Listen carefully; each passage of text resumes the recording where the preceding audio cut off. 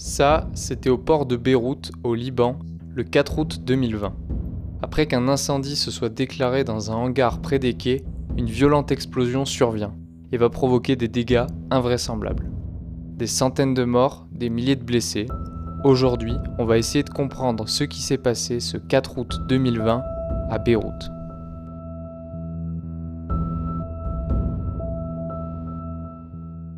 Commençons par remonter le temps. Le 27 septembre 2013, un navire sous pavillon moldave, le MV Rosus, s'élance de Batumi en Géorgie avec pour destination Beira au Mozambique afin d'y livrer 2750 tonnes de nitrate d'ammonium. Au cours de la traversée, le capitaine Boris Pokrochev reçoit l'ordre de faire escale à Beyrouth pour y récupérer une cargaison de lourds équipements routiers, censés être acheminés à Aqaba, en Jordanie, avant de reprendre son périple vers le Mozambique. Malheureusement, le bateau est en mauvais état et l'équipage ne parvient pas à charger convenablement la nouvelle cargaison, ce qui l'endommage encore plus. Après une inspection par les équipes portuaires de Beyrouth, le bateau est déclaré inapte à reprendre la mer et est immobilisé. Le bateau appartient d'après le capitaine à un certain Igor Grechouchkin, qui lui annonce qu'il a fait faillite, et une fois que la société mozambicaine perd son intérêt pour la cargaison, le bateau est abandonné. Une partie de son équipage restera bloquée et forcée de vivre sur le pont pendant près d'1 an. En 2014, la cargaison est déchargée et stockée dans le hangar 12 du port de Beyrouth et ne bougera plus. Le MV Rosus, lui, coulera sur place en février 2018. Les autorités portuaires sont maintenant confrontées à un problème. Que faire des 2750 tonnes de nitrate d'ammonium confisquées ?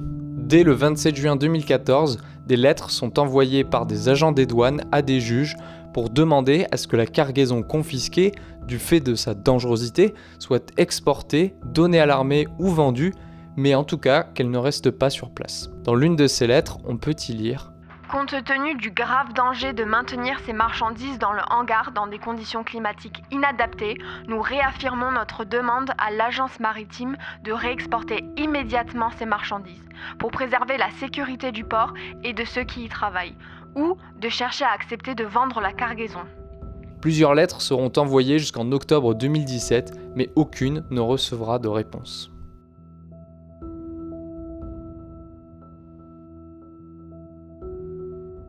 Un peu avant 18h, un incendie se déclare dans le coin nord-est du hangar 12, situé proche de l'eau et des silos à grains du port de Beyrouth. Il s'agit du hangar qui abrite depuis plus de 6 ans les 2750 tonnes de nitrate d'ammonium confisquées au MV Rosus. Une première explosion retentit à 18h07 et on peut voir apparaître un second panache de fumée provenant du coin nord-ouest du hangar, accompagné d'étincelles suggérant la présence de feux d'artifice. 30 secondes plus tard, une deuxième explosion, beaucoup plus intense, retentit et sera ressentie jusqu'à plus de 200 km de distance. La puissance de l'événement est évaluée selon différents instituts à l'équivalent d'un séisme de magnitude 3,3 à 4,5 sur l'échelle de Richter. Des experts du Blast and Impact Research Group de l'université de Sheffield estiment même qu'il s'agit d'une des explosions non nucléaires les plus importantes de l'histoire. Alors je me permets de faire une petite pause dans la vidéo pour vous rappeler de vous abonner à la chaîne si ce n'est pas déjà fait et si la vidéo vous plaît. Ça coûte rien et c'est le meilleur moyen d'aider la chaîne à se développer. À l'heure actuelle, vous êtes près de 70% à regarder les vidéos mais à ne pas être abonné, donc n'hésitez pas. À partir de toutes les vidéos filmées, le groupe de recherche Forensic Architecture a reconstitué minutieusement le déroulé des événements. Tout est en open source et accessible à cette adresse, et ils ont pu déterminer l'existence de 4 panaches différents. Le premier panache correspond à l'incendie initial, et s'il n'est pas possible d'en déterminer la cause, le changement progressif de la couleur de la fumée, de son opacité et de la forme du panache suggère que les matériaux en train de brûler changent. Le deuxième panache correspond à la première explosion et s'accompagne d'étincelles suggérant que l'incendie a atteint le stock de feux d'artifice. On arrive ensuite à la deuxième explosion, la plus destructrice. Le premier panache à se former ici est sphérique, ce qui suggère que l'explosion ne provient que d'un seul point précis dans le hangar. De plus, vu la taille de la sphère, il se pourrait que seule la moitié des 2750 tonnes de nitrate d'ammonium ait explosé. Ce panache est rapidement dissipé, en seulement 9 secondes, en s'élevant dans l'atmosphère et laisse place à un épais nuage orangé composé de plusieurs tonnes de débris et haut de 755 mètres, soit 2,3 fois la tour Eiffel. Alors physiquement et chimiquement, que s'est-il passé ?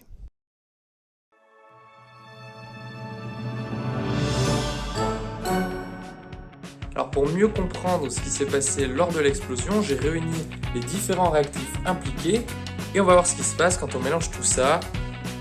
C'est parti. Alors... Mais vous êtes des grands malades, hein. Vous croyez quand même pas que j'allais faire ça? C'est super dangereux, bande de gougnafier. Noni. Repartons de la base, le nitrate d'ammonium. Il s'agit d'un sel composé d'ions ammonium NH4+, et d'ions nitrate NO3-. De formule générale NH4NO3. Il est principalement utilisé en agriculture comme un engrais azoté, mais rentre aussi dans la composition d'explosifs utilisés dans le domaine minier ou de la construction. En dessous de 300 degrés, le nitrate d'ammonium se décompose en dioxyde d'azote et en vapeur d'eau. Cette réaction est une réaction exothermique, c'est-à-dire qu'elle produit de l'énergie et en particulier de la chaleur. L'incendie initial va donc entraîner la décomposition du nitrate d'ammonium selon cette première réaction qui va libérer de la chaleur, le tout dans un espace confiné, le hangar, ce qui va très rapidement faire grimper la température. La réaction de décomposition va alors évoluer et donner du diazote, de l'oxygène et de la vapeur d'eau. Cette réaction est aussi exothermique et on a donc affaire à un emballement thermique. La chaleur augmente, ce qui intensifie la réaction, ce qui intensifie la chaleur, etc. Se forme alors une grosse masse gazeuse, puisque tous les produits de réaction de décomposition sont des gaz, très chaudes, près du sol et de faible densité. Cette masse d'air va alors s'élever dans l'atmosphère, c'est le même principe qui fait fonctionner une montgolfière, et cette montée d'air chaud va entraîner une aspiration de l'air ambiant, tandis qu'à l'intérieur du nuage, les gaz entrent dans une rotation toroïdale, le tout créant un nuage en forme de champignon. Celui-ci n'est d'abord visible qu'une fraction de seconde, car en même temps, on peut observer l'apparition d'un nuage de condensation. Lors de l'explosion, et si l'air est suffisamment humide, l'onde de choc provoque une raréfaction de l'air qui entraîne un refroidissement temporaire de celui-ci, permettant une condensation de la vapeur d'eau contenue dans cet air. Une fois que la pression et la température reviennent à la normale, une fois que le nuage s'est élevé donc, celui-ci se dissipe. Le dernier panache en forme de champignon redevient visible. Il est très chargé en particules et débris de l'explosion et sa couleur orangée est caractéristique de la présence de dioxyde d'azote, un sous-produit de la décomposition du nitrate d'ammonium. La reconstitution et l'enquête de Forensics Architecture a aussi permis de faire le point sur l'ensemble des produits stockés à l'intérieur du hangar 12 et sur le rôle qu'ils ont pu jouer dans la catastrophe. D'après les médias, le hangar contenait en plus des 2750 tonnes de nitrate d'ammonium, 23 tonnes de feux d'artifice, 50 tonnes de phosphate d'ammonium, 5 tonnes de thé et de café, 5 rouleaux de cordons détonants et 1000 pneus de voiture. Aussi, à l'aide de toutes les vidéos disponibles, le groupe de recherche a pu déterminer comment étaient disposés les différents éléments les uns par rapport aux autres. Et autant vous dire qu'on est très loin de répondre aux exigences minimales de sécurité. Si l'on compare le hangar 12 à des législations internationalement reconnues comme la législation britannique, le nitrate d'ammonium aurait dû être stocké par tas de 300 tonnes, distant entre eux et les murs de 1 mètre. Selon les normes australiennes, cette fois plus strictes, les sacs auraient certes pu former des tas de 500 tonnes, mais auraient dû être stockés, vu la quantité totale, à plus de 1500 mètres des immeubles résidentiels les plus proches. Ici, vous pouvez voir la répartition des dégâts dans les 1500 premiers mètres autour de l'impact, et on voit bien que la plupart auraient pu être évités si de telles consignes avaient été appliquées.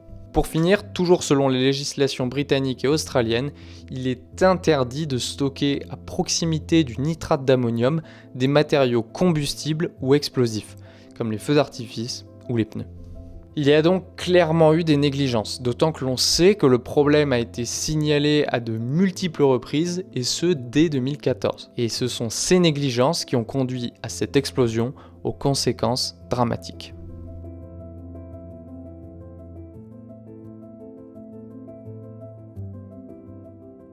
Tout d'abord, il y a le bilan humain. 207 morts et plus de 6500 blessés. Ensuite, le bilan matériel est désastreux.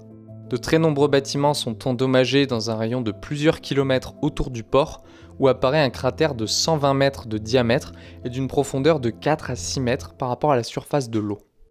Les silos à grains situés à côté du hangar 12, d'une capacité de 120 000 tonnes et servant à stocker les réserves stratégiques du pays, sont endommagés. Aujourd'hui, ces silos sont très instables et devront être détruits. Pour ne rien arranger, les hôpitaux, qui se retrouvent vite submergés lors de ce genre de catastrophe, sont eux aussi durement touchés. L'hôpital Saint-Georges, par exemple, situé à quelques centaines de mètres du port et l'un des plus importants de la capitale, est complètement dévasté, avec près de 75% du matériel médical ou non médical détruit. C'est aussi le cas, comme vous pouvez le voir sur ces images, de l'hôpital public de la Quarantaine, un des seuls centres ouverts à tous, même ceux sans couverture médicale, et dont le service pédiatrie a été lourdement endommagé par la catastrophe, comme nous le raconte Robert Sassy, responsable de l'unité pédiatrique. Parfois la folie permet de réussir, et donc on a pu faire un service de 32 lits, qui était un des services les plus beaux du Liban en pédiatrie, donc on arrivait à pas être en compétition, mais être du même niveau que les grands hôpitaux universitaires. On a construit en 2015 et en 2016, nous avons commencé à recevoir les premiers malades. Nous étions arrivés à 1000 malades par an.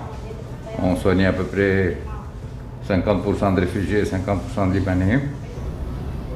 Donc c'est pour ça qu'on a eu un tel succès, parce qu'on soignait les pauvres en fait.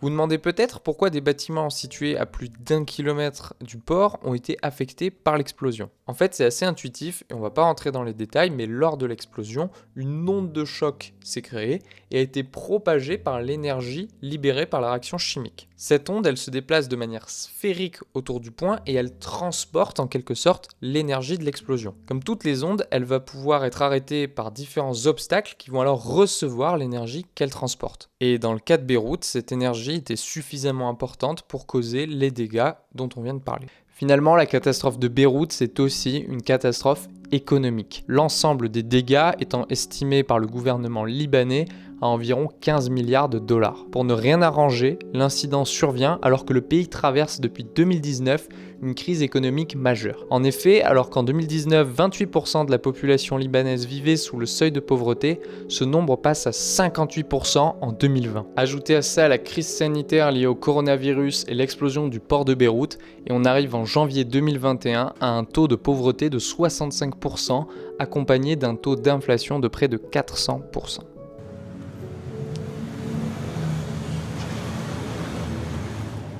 Combien la crème ? 7500. Et ça ? 1000. Ces pistaches étaient à 500 livres libanaises, maintenant elles sont à 1000. Certains prix ont doublé, d'autres ont augmenté de 80%. On essaie de manger moins.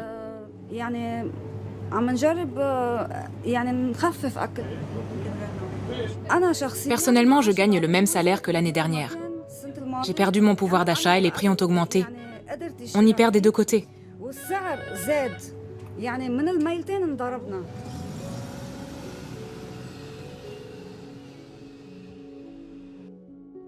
Voilà, j'espère que vous avez appris des choses sur ce passage sombre de l'histoire du Liban, mais bien que l'on sache que c'est l'explosion du nitrate d'ammonium qui a provoqué le gros des dégâts, on ne sait toujours pas d'où est venu l'incendie initial. Malgré tout, le nitrate d'ammonium est resté stocké dans le hangar 12 pendant 6 ans, sans que rien ne bouge.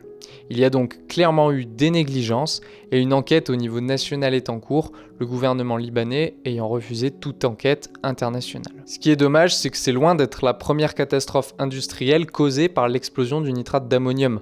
On peut par exemple citer les explosions d'Oppo en Allemagne en 1921, de Texas City aux États-Unis en 1947 ou plus récemment celle d'AZF à Toulouse en 2001. Et il y en a encore d'autres. Si des épisodes sur ces incidents vous intéressent, n'hésitez pas à me le dire en commentaire. Sinon, comme d'habitude, n'oubliez pas de vous abonner, d'activer la cloche, de laisser un pouce vers le haut. Et si vous le souhaitez, vous pouvez soutenir la chaîne directement sur Tipeee. Allez, sur ce, ciao!